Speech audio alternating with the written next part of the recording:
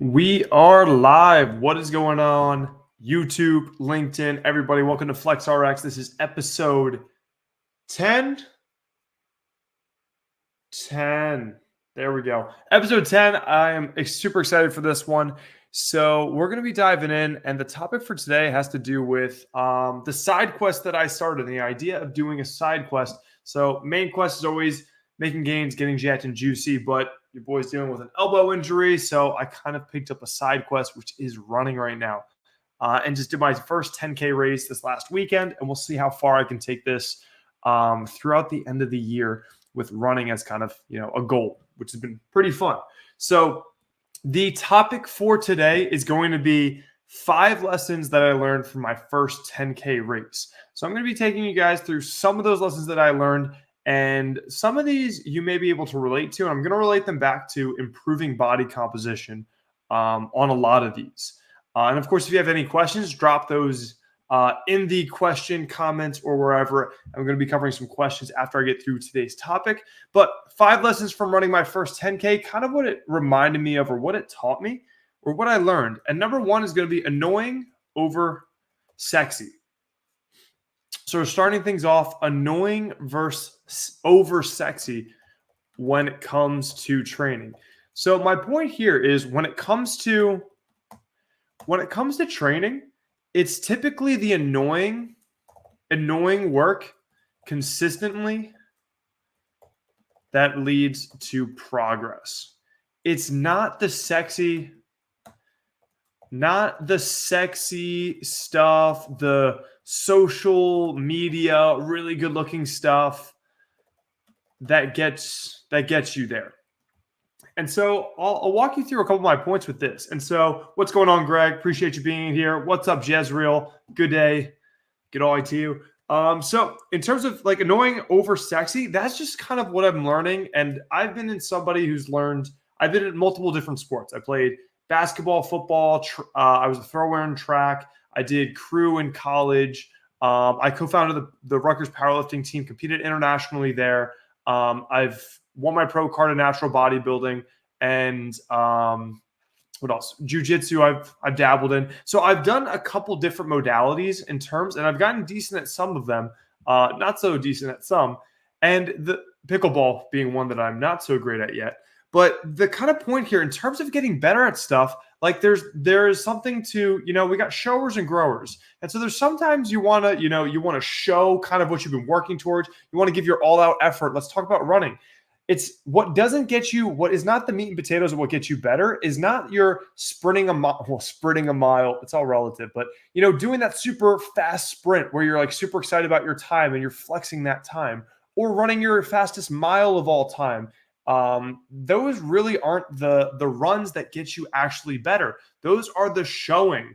That's kind of what you prep for, and then you really unleash it all at once. So what it is, it's not the super fast or the all-out performance race. It's not the sprints that actually get you better. In terms of, on the flip side, when it comes to the gym, it's not the 1 rep maxes in the gym that get you stronger and build that muscle. It's not when you lift 405 pounds on the bench press for one time. That's not what builds you. That is you showing your strength. That is you revealing it. That's kind of the showing part. And so in terms of running, what actually gets you better is the countless slow miles. And slow is also relative. It's the pace that you're able to go without raising your heart rate too heavily. For me, I'm 30 years old, so max heart rate is like 190. So that kind of slow pace that I would want to maintain is my heart rate being 140 to 150 beats per minute. You can still talk. You can say a whole paragraph. You have a full conversation. So it's pretty easy. And stacking up like those slow miles is really boring. And it's pretty annoying. But that's what's going to grow your endurance capabilities. It's not the sprints. It's not the other things. The meat and potatoes, the 80% or so, is these slow miles that get you actually better. So that's what's talking about in terms of like your running. Building up those unsexy slow miles that I would be embarrassed to tell you my pace. I'm going to tell you my pace right now. So my slow miles where my heart rate doesn't elevate too much, and I haven't really gone for too many like far runs while watching my heart rate, but like 9.5 minutes per mile, 9.5. And that's usually where I'm able to hang, 140, 150. It's pretty, for me, it's like I have to very much throttle myself, slow myself down to do that. It's not very fun. And I can't flex on, social media like, yo, check out my 9.5 minute mile. But on the flip side, if I'm going all out, I think right now, if I went all out on a mile, I think I could probably do 6:15 to a 7-minute mile, like maybe 6:45 or so. My best all time was back in high school during football. I hit a 5:58. So we'll see if I can get back around there. But my point is, it's the annoying, slow, controlled miles that get you better. It's not those sprints. It's not the competitions. The 10K I just ran was me going about all out. And that's not really me getting better. That's me expressing what I've already accomplished, also getting used to a race day setting. Now let's move this into building muscle and strength. We said it's not the 1 rep max that you post on social media with heavy weight where you look super strong and you're flexing on the haters.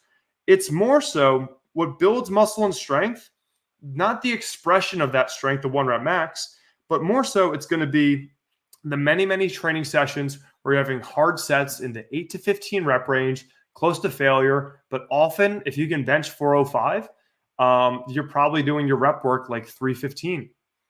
And 315 is very impressive, but 405 is super impressive. So you want to be showing that a lot on social media, but that's kind of you expressing your capabilities. What's building that muscle and doing the majority of things is that, 315 bench or so.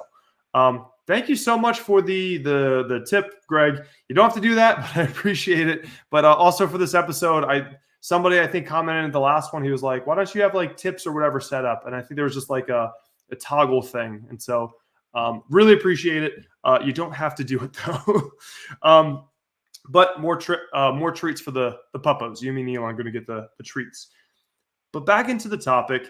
So when it comes to building muscle and strength, it's those unsexy 8 to 15 rep sets where you're not using super heavy weights relative to your capabilities, but you're just stacking those up day over day, 4 or 5, sessions a week, 10 to 20 sets per muscle group for you to then maybe build all this muscle. And then you're going to peak that for strength. And then you can show that on a powerlifting meet or you show it at a bodybuilding show. But what's building you is this boring, annoying work that just takes time to stack up.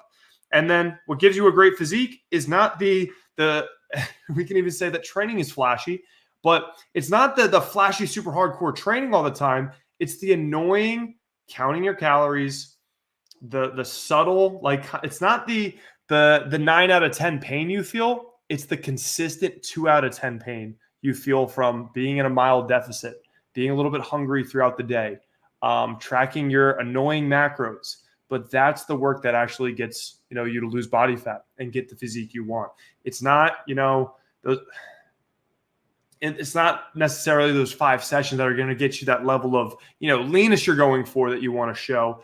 It is going to be that, more annoying tracking your macros. So that's kind of the first thing. So the first thing this kind of reminded me of was just like the training of getting ready for like a race that I had never prepared for and just learning this thing of getting better at running.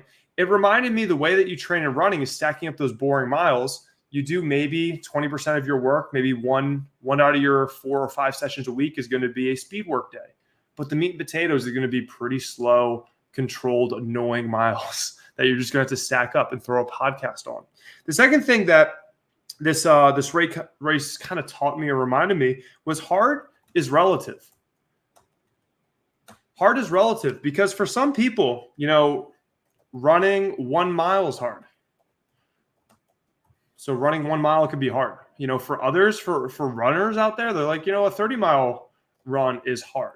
My point here is that it's all kind of based on what we've already done. For me, on week 1, I'd say for me, on week 1, a 3-mile run was going to be pretty daunting. But after I trained for like 3 weeks doing a couple 1, 2 mile runs, now like a 3 doesn't really faze me. It's just relative to you doing the thing. That first time you walk a mile, it's very daunting. But then after you get that done, it's like, okay, been there, done that, done a couple times, now the 2. And it's just like kind of what becomes daunting is now something further. So for some people, they'll do, a 10K, then a half marathon, then a marathon, then they go for ultras, then they go for, some crazy, there's like 20-hour races and stuff. So there's a lot of pain you can find if you're really looking for it. But this just kind of reminds me that hard is relative and it's all based on kind of what we've already accustomed us to. And it's going to be domain specific. And so with hard being relative, it's also, you have two different things when it comes to running. There's two different goals. And this is what made running not daunting for me, is there is survival. I completed a marathon or a 10K or whatever, versus speed. That's where you're beating your time trials. You're going for a certain performance level. Speed can always be hard, no matter, how far you go. But completionism, just going the distance, that can be, just survival. And the survival, you can bump that up over time. But also, speed is relative. It's all relative, especially when it comes to, strength training. If you've never trained before, that first, one session a week is tough. It's hard. It's daunting. For me, doing that for a long period of time, 7 days a week or double sessions now, those are getting more daunting. So with all that being said, things are not hard if you are prepared. That's kind of my general point here. If you are prepared for the thing that's daunting, the task, I've never run over 6 miles, but I felt prepared by the preparation, the training, the tapering, all those things. It wasn't scary on game day. And it was just because the work was already done. Now let's express this. And then also let's manage our heart rate. Let's manage the pace and kind of be prepared. So the same thing is I would say, was that exam hard? And this kind of puts it into perspective for me. Back in school, in pharmacy school, was that exam hard? For some people, they'd say yes. For others, they say no. And usually people saying it wasn't that hard, we're just more prepared. They studied longer. They had a better system for studying. So moving into the next thing. So 5 lessons from running my first 10K race. Also, if you guys haven't seen that video, we have the vlog that went up this morning of the whole race day. And then also I have a short going over my pacing throughout, and kind of gets intimate. It's kind of the minute by minute. I just pulled my phone out and it was kind of giving my feelings and kind of my pacing. But I hit a 47:31 official. So I think I said 47:40, so 47 minutes 40. But based on my actual tag or whatever, when I crossed the start line, it was 47 minutes 30 seconds. So it's like a 7 minute 40 second pace per mile. Pretty happy about it though. Now, number 3, things are as difficult as you make them, or as easy as you make them. We can play these mind games with ourselves. And so I'm going to share with you guys the mind games that I play with myself to make, running less daunting for me, because I never expected to, pick that up as a hobby or a side quest kind of to do. And so the big thing that worked for me, oh crap, this is kind of like point number 4 too. So we're actually going to move point number 4 up, because I already started talking about this. So make things less daunting by how you label them.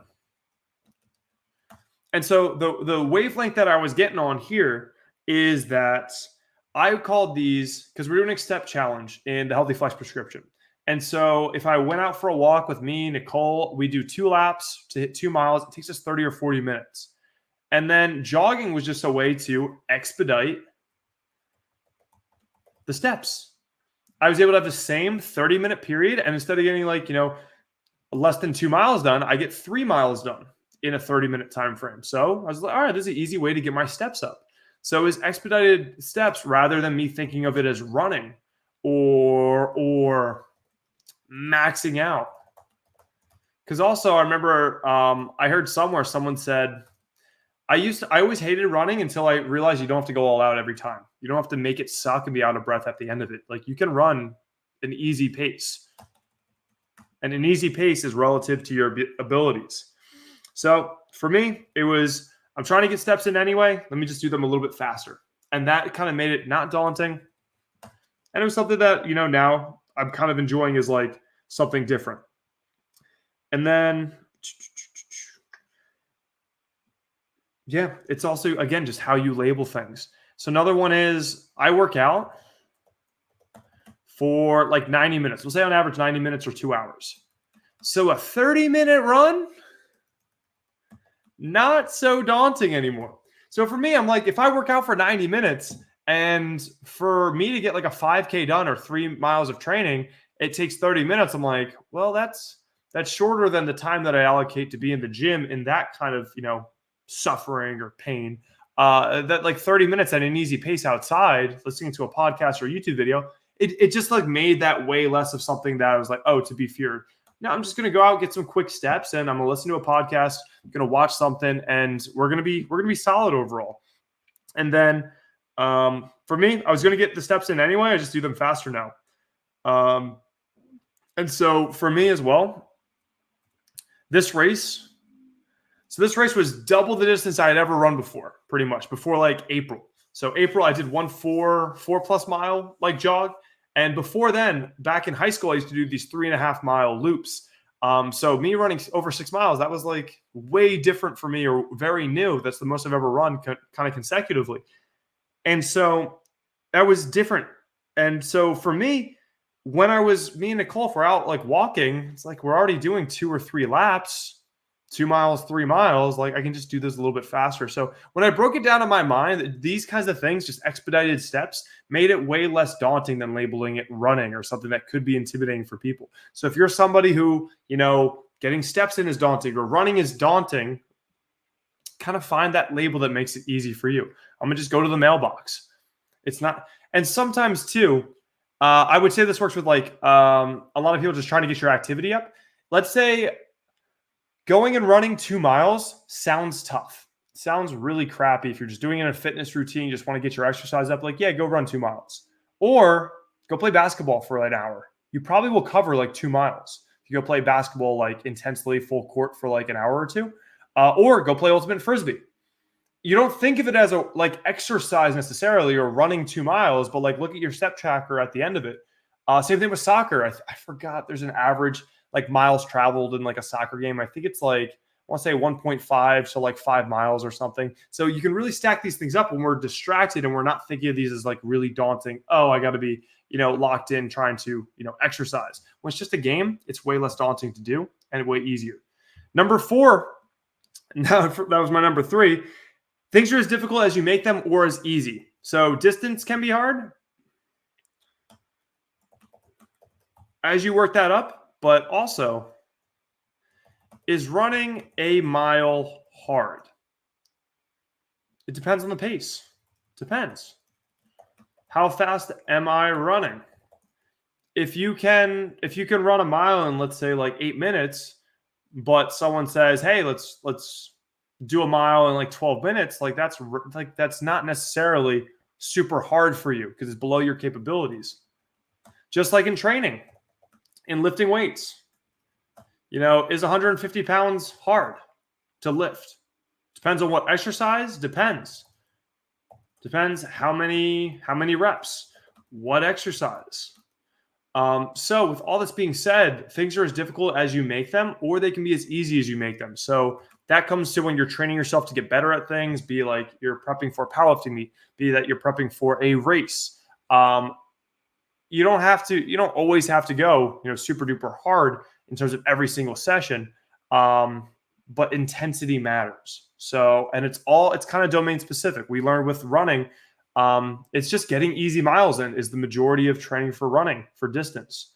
As far as, building a physique, you have a sufficient level of intensity. Each set has to be difficult, but it doesn't mean that you have to lift a ton of weight to make that happen. It's the reps you accumulate.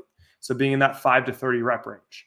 And then finally, number 5 is data makes things fun.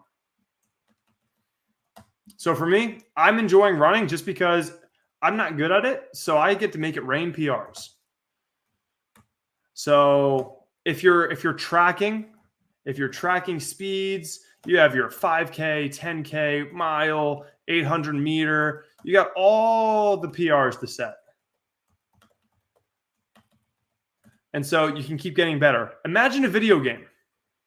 Imagine a video game where you can't level up. It would suck. No one would like that. If you can't PR, you can't hit new levels of strength. You can't hit, go from a bronze sword to like a diamond sword. Like, I'm not going to play that video game anymore. If I can't make my character better, like, what's the point? But we're in arguably we're in a simulation, but you can make your own avatar right now stronger. You can up-level certain skills. And so that is where I think data makes things really fun. So how can we bring this to training? Log your intake.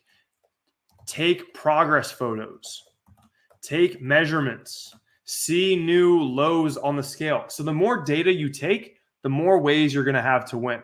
So when we want to, win overall, or you're picking up a new hobby, if you're picking up chess and you have an ELO, you have that ranking, you can see that get better. In my case, you see it go from the starting 400 down to 350. That can be a little frustrating. But when you see you have an objective thing where you're progressing at, it makes things fun. And that's kind of why video games are so addicting. Make running your video game.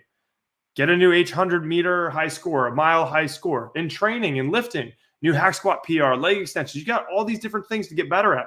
And so super fun ways to kind of change things up. So that's kind of what I want to talk about in terms of me going into my first 10K race. Learning the skill or the training methodology of running has been really interesting, and I'm really enjoying it. But also, I kind of had some lessons that I learned that I think also are present in a lot of other things, and just kind of being able to tether all these similarities together. So that's 5 lessons from running my first 10K race. 1, it's the annoying work rather than the sexy work that usually gets you where you want to go. 2, is hard is relative, especially based on our history and our experiences.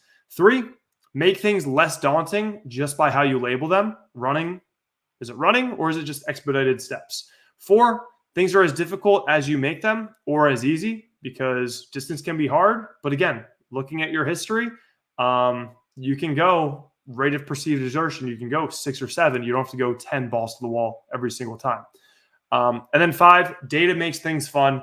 Take data for any hobby or anything you're trying to pick up. Have data on your side. Look at it from a bunch of perspectives to see when and how you're progressing. And that often makes things more fun. So thank you guys for listening this week. Hope you got some value from that topic. And now let's get into Q&A. All right, what we got? What's going on, Greg? If someone is regularly doing cardio, do you think increasing creatine is needed to ensure muscle growth continues? Really, really good question. And me and all the HFP team, all of our coaches, we're all now International Society of Sports Nutrition certified, so CISSN. And it was saying that the phosphocreatine system is mainly going to be used in strength training or sprints. So in terms of cardio, if we're just doing low intensity, long distance stuff, I don't think we're going to tap into that necessarily too much. But I would still think, depends probably what kind of cardio you're doing, et cetera, but I don't think so. But I probably, if I were a sprinter or something, maybe I would increase it. But I think ultimately, if you are doing more cardio and ultimately more activity, I am in the wheelhouse of probably there's 2 dosage strategies when it comes to creatine. You hear the general 5 grams per day for any male. So here's the general creatine dosing. So creatine dosing, there's 2 ways. Standard is 3 to 5 G per day. Just get it in, any point of the day. There's the individualized, and I forgot who came out with this one, but they say 0.1 gram per kilogram body weight. So for me, if I'm 220 pounds, that's going to be 10 grams of creatine daily. So I would say if someone's a little bit more active, then if you're just strength training, 4 times a week, 5 times a week, I think that the standard 3 to 5 grams per day, you're going to be solid. If you're a bigger individual, 5 should be solid. If you really, want to cross your T's, dot your I's, then probably go with the individualized weight based one. So this is kind of what I've been taking. So because I'm about 100 kilos, so 1 gram, 0.1 gram per kilo. And I hope I did that math right. So that's kind of what I would think about. If you're doing a lot of sprinting and stuff, then definitely I would go with that. And I don't know if I would actually add more, but I think that's going to be pretty darn safe, especially if you're not vegan or vegetarian, where you're getting a lot of meat consumption, because creatine is going to be in that meat consumption. But great question. Also, shout out to you, Greg. Thanks again. This is going to make sure that Elon and Yumi get some more treats. My dude, stoked for the gains this year, pushing hard each day. Let's go, Mike. Love to see it. Hoping to join you sometime soon. Once this elbow is still a work in progress, and now with like the running coming up, I'm like, all right, how am I gonna mess with my sessions? But certain presses, incline barbell, not affecting me negatively too much. And there are some other things I'm able to progress on. I had an awesome leg day today. So we'll see how it plays out. Hey, do you have any experience with muscle memory in bodybuilding post-injury or similar? Really, really great question. And yes, so me individually, I would say, I mean, this will bounce back. So as far as muscle memory, I think, yeah. So, okay, I think I got a couple different ones, but we'll start with in high school, I got mono. And this was going into senior year football season. I missed the first 2 games of the season. And honestly, I'll be fully transparent. I did not like football. I hated the practices. It was not my favorite sport. The practices just were not fun for me. But I missed the first 2 games. I was our starting tight end. And I missed those 2 because I got mono like right before the school year started. Mono is like you're at risk for your spleen rupturing. So you can't lift weights. I had to just pretty much be quarantined. It was before quarantine was a thing. I was just in my basement. And I remember I watched Deadliest Warrior. This was right when Netflix came out. It was 2011, actually. Netflix, I think, had just come out, and then it was streaming and something. And I was watching Deadliest Warrior, I remember, in the basement, and then pretty much wasn't able to see anybody for 4 weeks. So the doctor after 4 weeks, and they're like, no, you need another 2 weeks of not lifting, not exercising, because your spleen could explode. I was like, cool. I guess I just won't lift weights. It made me very sad. But stopped training for about 6 weeks, but then I got back into the weight room and my physique bounced back pretty quickly. And so kind of the moral of the story there is, yes, muscle memory exists.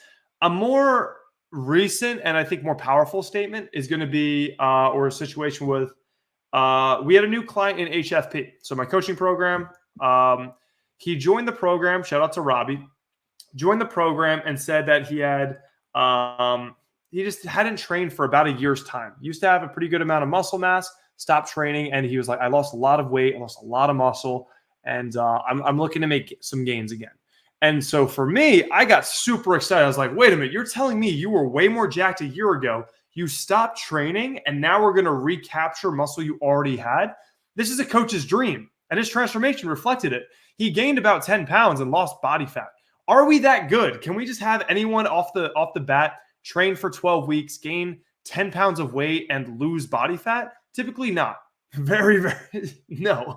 I'll probably just say no. But in his case, he was just recapturing muscle mass he already had. So muscle memory is very, very legitimate. And so this is even where I have no fear in contest prep. If I lose muscle, I'm not freaking out.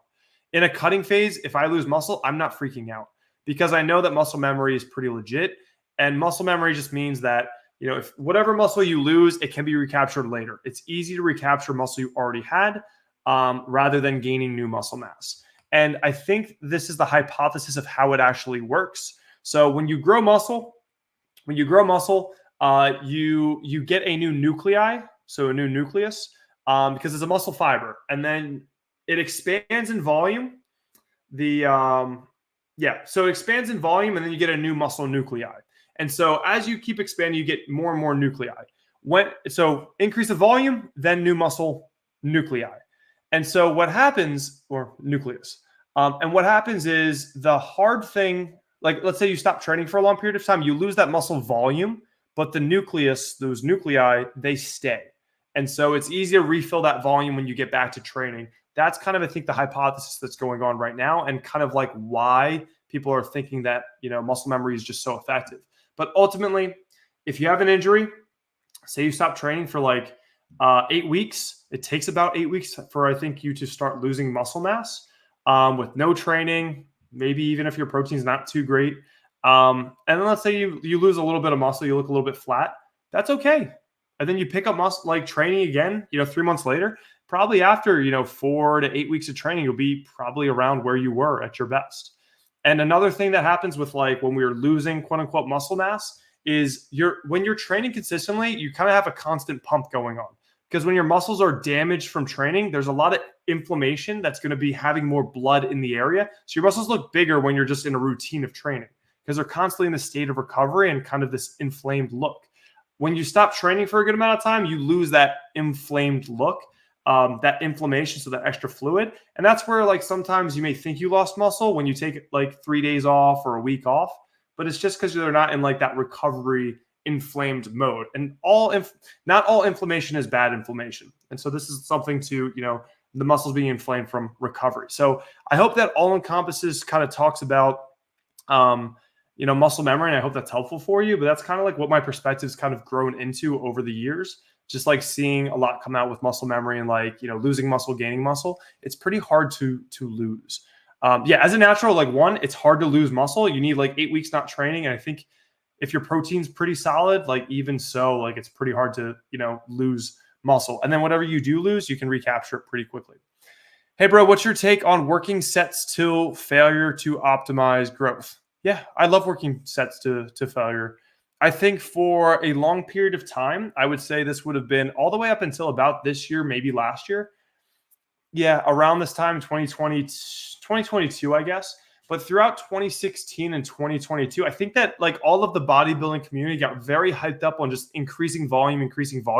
And then also like kind of saying that your sets should be tough, but leave 1 or 2, even 3 reps left in the tank. And then I think a lot of people like, still feel like that's true, but I feel like when people hear leave 1 to 3 reps left in the tank, they leave 5 to 6 reps left in the tank. And that keeps us from making pretty good progress. So I've kind of more moved into my own training. I believe in just beat the logbook and kind of train around that failure and just try to keep beating that. Because there's something to how you mentally show up for a set. If you're really stubborn about beating that logbook, you're probably going to hit that failure or you're going to beat that training and eventually you're going to progress. And so I like training kind of close to failure now too. And I believe there was, I think it was a meta-analysis that came out this year or last year that was pretty big.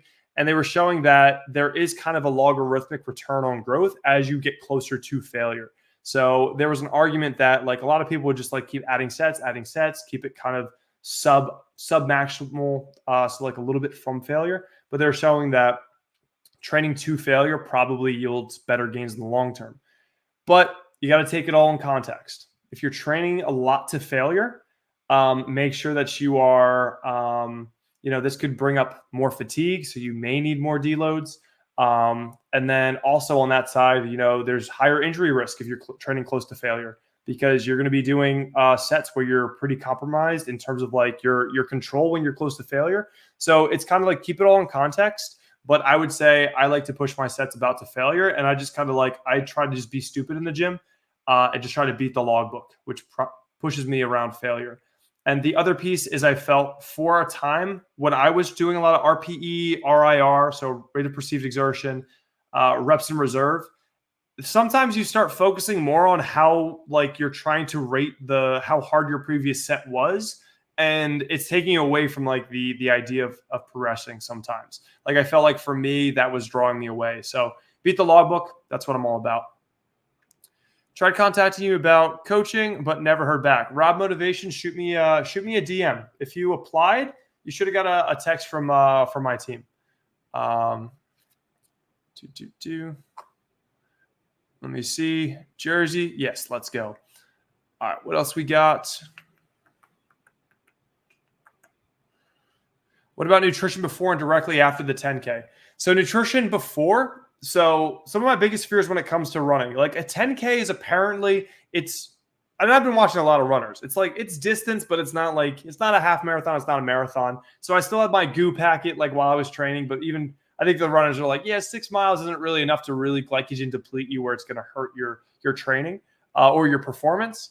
But for me, like I don't want any accidents happen. If I'm running for like 45 minutes, like, when you get going with running, sometimes you got to make a pit stop pretty soon. So for me, those were some of my biggest fears. I kind of just carved up a little bit the previous 3 days. For me, I'm in a mini cut right now. I brought my calories from my deficit at like 2,500, brought them up to 3,000 and just tried to get a good amount more carbs in the previous 3 days going into the race.